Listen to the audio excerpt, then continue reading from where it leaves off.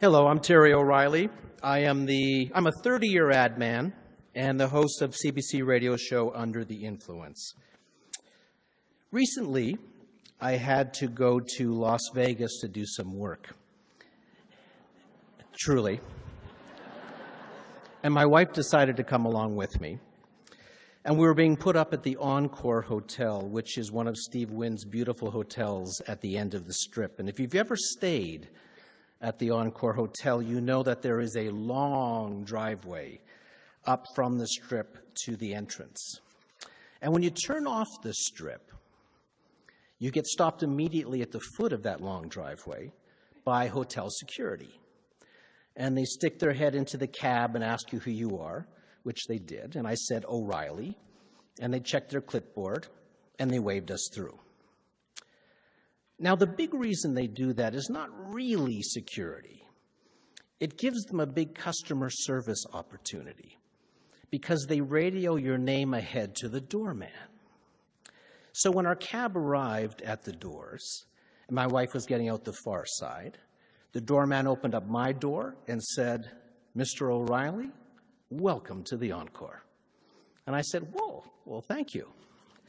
And then he leaned over, whispered in my ear, and said, and are we with Mrs. O'Reilly today?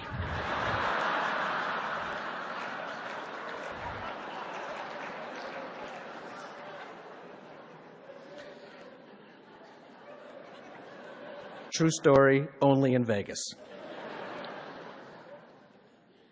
And if you've ever listened to my radio show, you know that of the many things I'm fascinated by, customer service is one of them.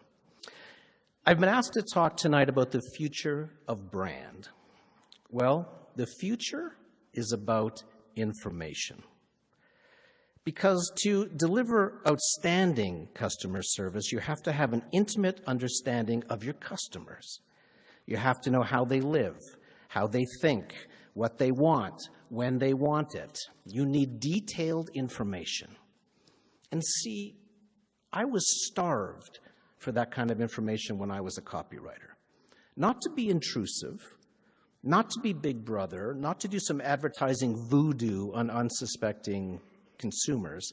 I just wanted to be relevant. I wanted my work to be meaningful. I wanted it to be insightful and timely and sell with dignity, but I wanted it to be smart.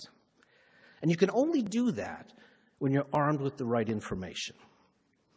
So the future of brand is all about information.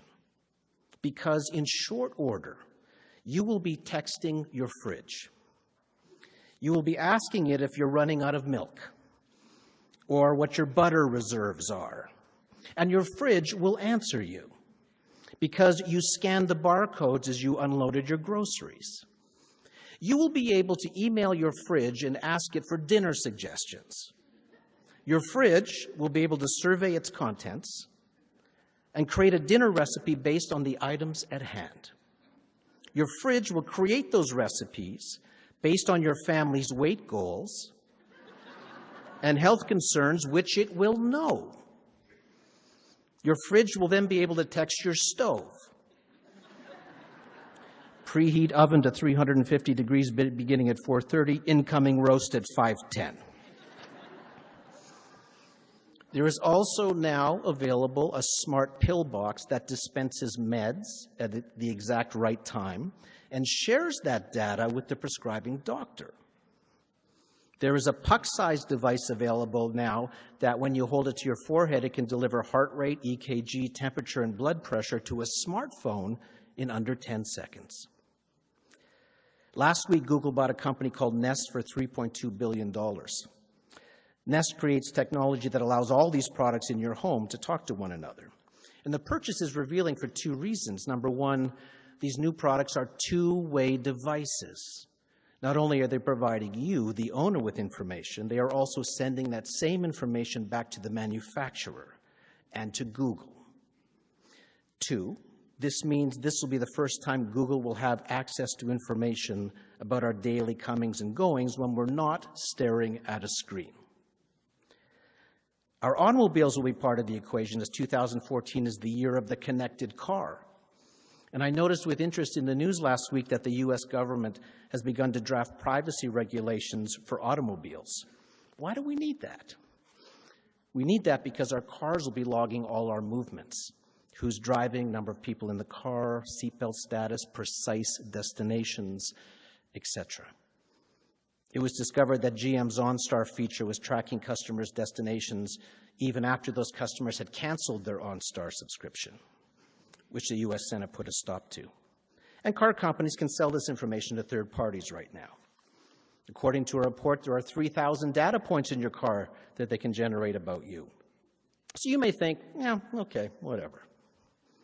But last week, the chief marketing officer of one of the big three car manufacturers said, and I quote, "We know when you break the law, we know when you're doing it, and we know what you're doing." And when that off-the-cuff comment at an auto show hit the press, he had to do some major backpedaling to save his job. But what he may have done there was just let slip the amount of information the products we buy are sending back to manufacturers. Now, if all that's being used for good, that's wonderful. It'll change the way we live, work, and play. That kind of intimate information means that the right ad can be sent to the right person at exactly the right moment. And there's a lot to be said for that in this era of irrelevant clutter. It'll make brands smarter, more efficient, less annoying. But then there's the flip side.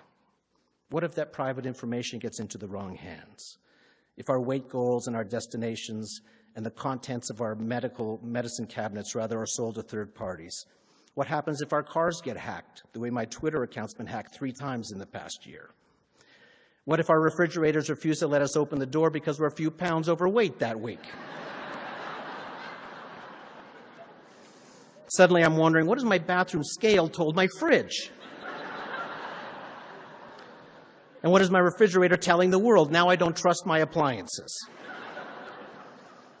This isn't a niche play, by the way. There are 10 billion things we own right now that are providing and sending information. The future of brand, my friends, is two-way information, so all I'm saying is be ready. And it made me think that the next time I stay at the Encore Hotel in Vegas, the doorman might not ask me if I'm with my wife or not, because he just might already know the answer. Thank you.